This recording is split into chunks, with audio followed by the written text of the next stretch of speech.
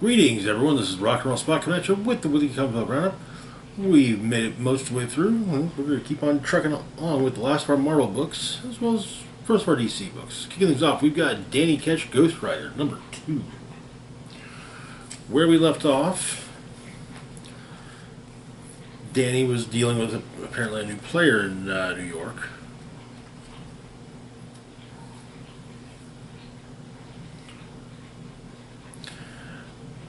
Where the issue opens with Blackout at Cypress Hill Cemetery, feeding off of fireflies when he's discovered by the broker, representative of the new this new power, this new player. Apparently, but the broker ups Blackout's power. No Blackouts unless he wants Ghost Rider. Ghost Rider, meanwhile, is dealing with what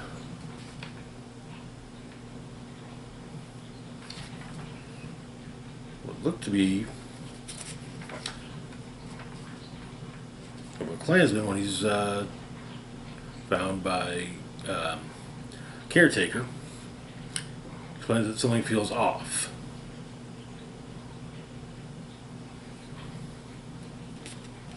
Not sure what, but something. At Ravencroft, at the Ravencroft Institute, Blackout and the broker break Scarecrow out, who then proceeds to kill his guards.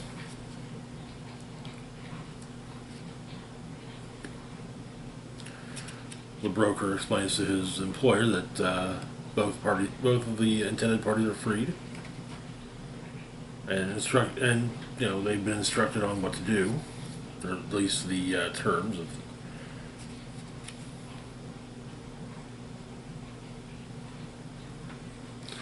of. In Times Square, Danny has a date with Stacy. With Stacy kind of saying that he hadn't been the same since his sister's death, obviously, and discovered that bike. But Blackout strikes, and as the bike is not nearby, well, Danny can't immediately change, but Stacy tries to deal with him. But the bike arrives and Ghost Rider shows up. But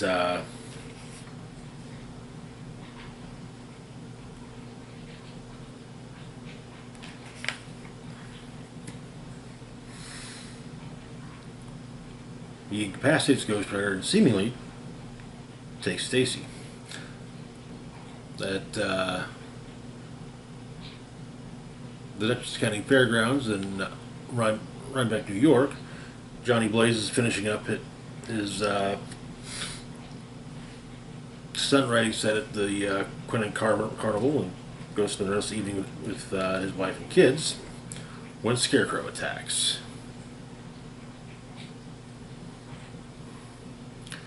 And that is where the issue ends. I'm digging this book mainly. Admittedly, mostly because of nostalgia reasons.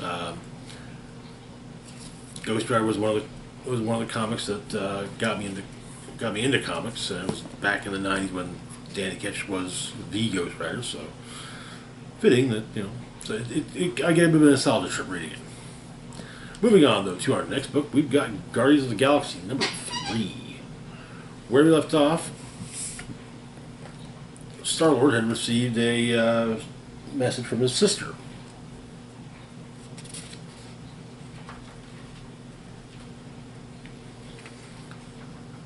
An official message from Spartax.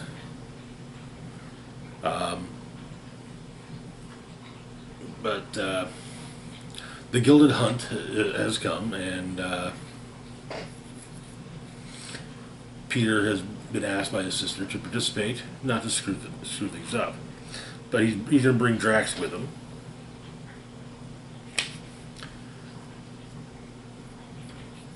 they arrive on the planet, and well, yeah, the Spartoi nobles that are there are, well, not exactly the kind of people that they're a bunch of rich bastards. But they go on their hunt. Drax has his criticisms of it, stating that it's not a hunt but rather a slaughter. And they see Groot. As one of them attempts to, Drax prevents the hunters from attacking Groot while Star-Lord goes to talk to Groot to try and figure out just what happened. Groot and Star-Lord talk, but there's a bit of a language barrier. Though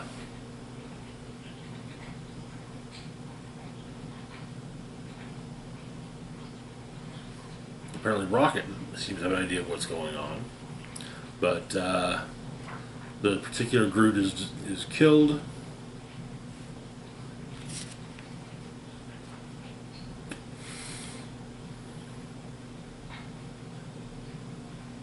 And as the Spartoi are enjoying dinner on their ship, Star-Lord opens the cargo bay of their ship, the Guardian's ship, and uses his element gun to blast the Spartoi ship into rubble. And that is where the issue ends. It's definitely getting interesting. Looking forward to seeing what has happened to Groot. And next issue starts the return of Rocket. Moving on, though, to our next book, we've got Ultimate Invasion, #1. So, Marvel's Ultimate Universe was basically destroyed in Secret Wars. There being two survivors, Miles Morales, whose existence got folded into Miles Morales and associated characters who got folded into Earth 616's history, as well as the Maker, who is the Ultimate Universe version of Reed Richards. It should be noted that the Ultimate Universe is Earth 1610. The Maker has been trying to bring back his Earth. So, where we begin, some mercenaries go in to a Blackguard facility with the intention of breaking the Maker out. Turns out that they were engineered specifically for this task, and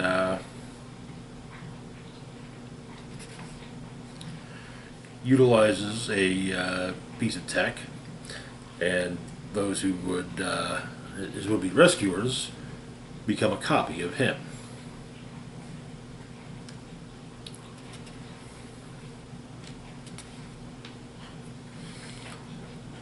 Two weeks later, Black Panther and Reed Richards are meeting at the remains of the Blackguard building,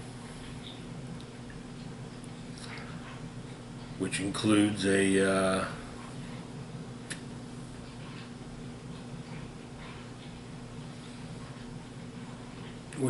the Maker was kept in.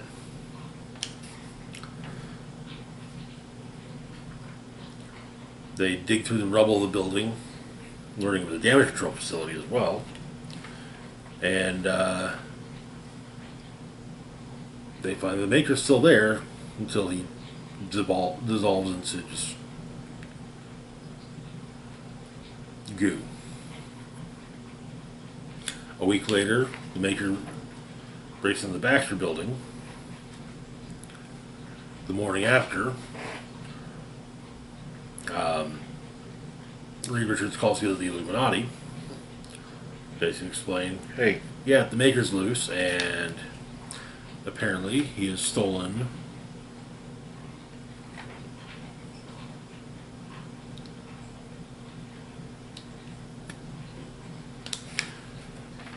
the following items: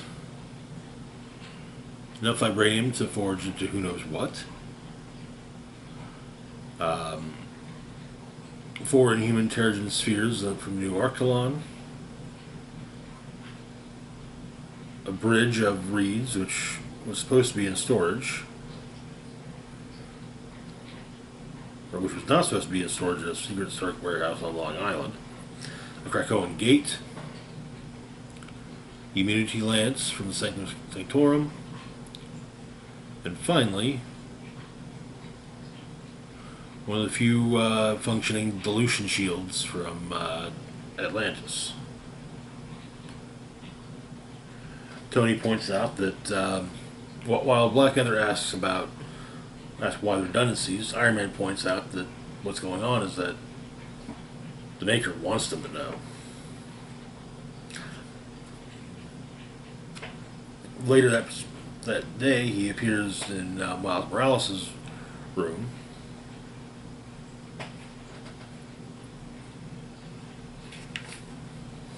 Tries to, and basically offers to take Miles home, but and when Miles refuses, Maker gives him a business card which is apparently blank.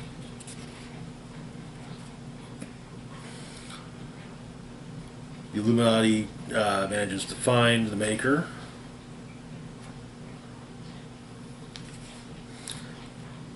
However, he steps into his portal, and the Maker asks Reed if Reed could do it all again, and he truly change things. If Reed had the chance, would he erase the Maker from existence? Reed thinks for a moment and says that yes, he would. And the Maker is gone. Our epilogue is on Earth 6160. Peter Parker meets up with Liz Allen at a science exhibition.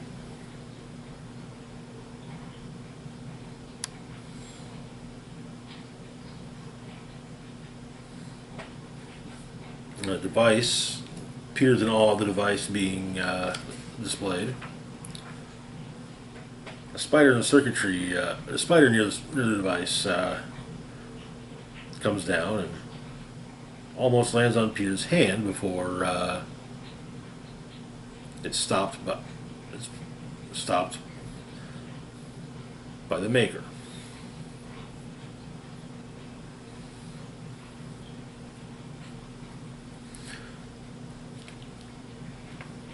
Obviously, keep the spider as a sample, and that is where the issue ends. So it looks like the Maker is making his own version of his Earth, but the way he wants it to be, so with presumably no other heroes.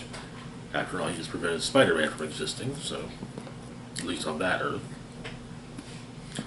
Moving on, though, so far, interesting premise. Let's see how the whole story plays out. Moving on, though, to our last book for the moment, we've got Black Adam number 12, wrapping up the Maxi series. Where we left off, Theo Adam had been separated from Black Adam and was wearing the mask of a cod. The mask, or it's the mask of Sargon, but however, his spirit is free thanks to Sargon the Sorcerer. Malik is tasked with stopping the Akkad, and while Oni Grace meets talking with Jasmine,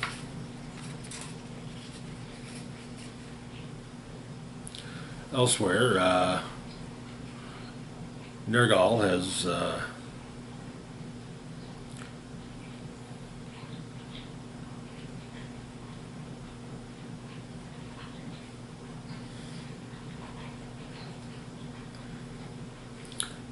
has managed to remove one of the father of the gods from everything.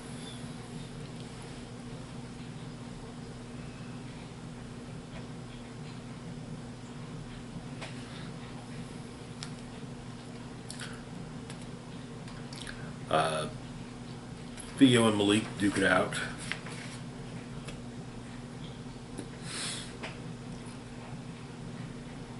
And in the Shep comes up with a plan, which is for Malik to find Stanley, the host of Ibak, and get his backpack. In the backpack, after all, is the whip of Ibak, which he uses to trigger Black Adam's transformation, removing the mask, which then gets teleported into space.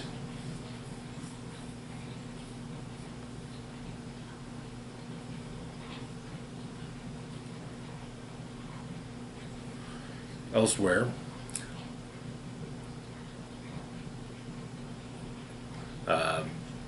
Jasmine has lent her body to Ishtar. She and her father are talking. Theo Adam removes his ring and returns it to Adam, basically removing Adam's humanity from him. Theo gets mugged.